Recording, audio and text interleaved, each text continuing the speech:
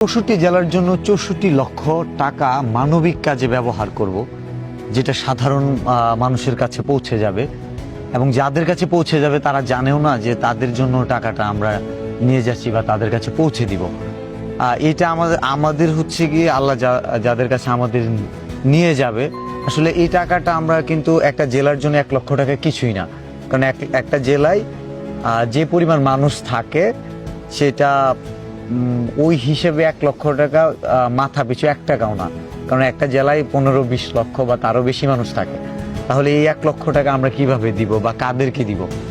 এই ১ লক্ষ টাকা পথে প্রান্তরে আমরা ওই জেলাগুলোতে ঘুরবো এবং এই পথচারীদের মধ্যে এমন কিছু শ্রমজীবী মানুষ আছে যারা কিনা ১০০ টাকার মাছ ২০০ টাকা দিয়ে তার কাছে কিনলে সে অনেক খুশি, মহা খুশি।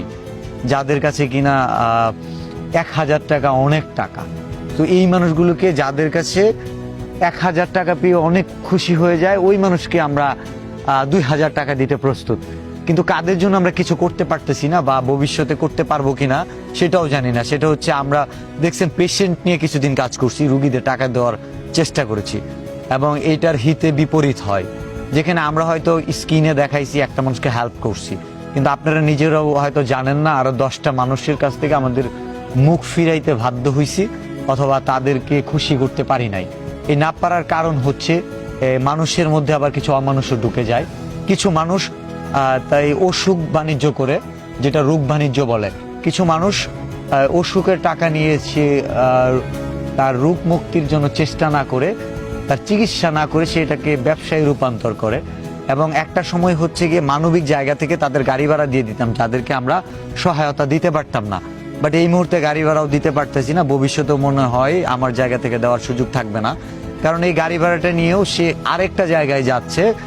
আমি এখন পর্যন্ত যে কাজগুলো করছি আমি বলবো 50-50 কাজ, 50% কাজ আমার ভুল ছিল এবং 50% কাজ সঠিক ছিল।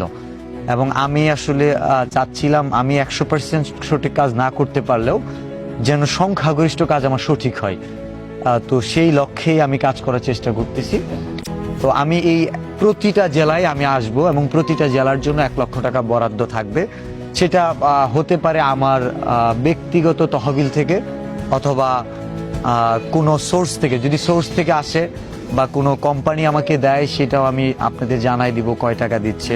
এবং এই টাকাটা যদি কেউ দেয় আমাকে, কোনো ব্যক্তি বা কোনো সংগঠন অথবা কোনো কোম্পানি আমাকে দেয়, তাহলে সেটা আমানত হিসেবে ওই জেলার কাছে পৌঁছে দিব। আর যদি আমার পক্ষ থেকে দিই সেটার জন্য তো দায়বদ্ধতার কিছু নাই, আমি ১ লাখের বেশিও দিতে পারি আরো।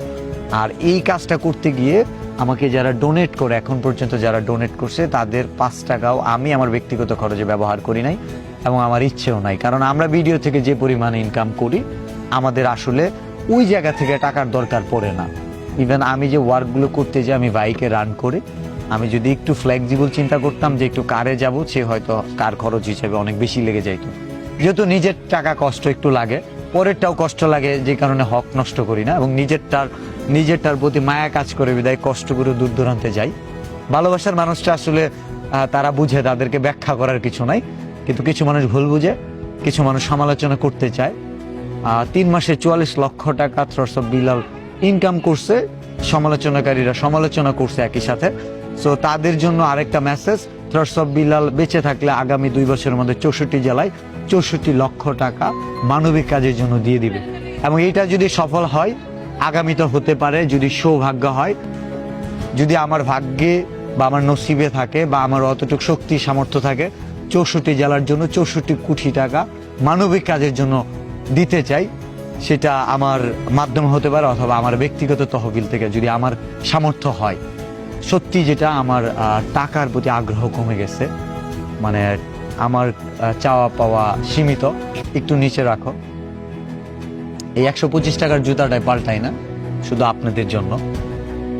কারণ হচ্ছে গিয়ে সবাইকে তো আমি এখন আমার সামর্থ্য আছে লাখ টাকার জুতা পরার, কিন্তু যাদের কারণে আমি থটস অফ বিল্লাল, এই মধ্যবিত্ত মানুষের কষ্ট, জীবনের উত্থান পতনের গল্প বলতে গিয়ে আমি থটস অফ বিল্লাল হয়েছি, তাদের জন্য কিন্তু আমি ৫০০ টাকার জুতাও কিনে দিতে পারি না। তো অনেক মানুষের দায়বদ্ধতা, আমার এই জন্য ব্যক্তিগত জীবনকে খুব বেশি গোছালো করতে চাই না। এবং এটা নিয়ে অনেকে আমাকে বলে যে অনেক টাকা ইনকাম করে, ওর মধ্যে অনেকেই ছোট করে হ্যাঁ প্রতিপন্ন করে, হ্যাঁ একজন হোটেল বয়, তার মানে স্বভাব খাসিলত খাচ্ছত এগুলো চেঞ্জ হবে না, এটাই স্বাভাবিক। এই চেঞ্জ না হওয়াটা কিন্তু মন্দ না, এটা মানুষের জন্য ভালো। আপনি চেঞ্জ হয়ে কি করতে পারতেছেন, মানুষের জন্য কতটুকু উপকার হতেছে, সেটা ভাববার বিষয়। ভালো থাকবেন। ভালোবাসার মানুষরা থাকলে অসম্ভবকে সম্ভব করা যায়। আসলে যা সম্ভব হচ্ছে তা অসম্ভব না, হয়তো আমাদের মনে হয় যে এটা অনেক কঠিন কিছু, তো কঠিনটাকে সহজ করে দিতে চাই। ভালো থাকবেন, আপনাদের নিয়ে একসাথে কাজ করতে চাই। আসসালামু আলাইকুম।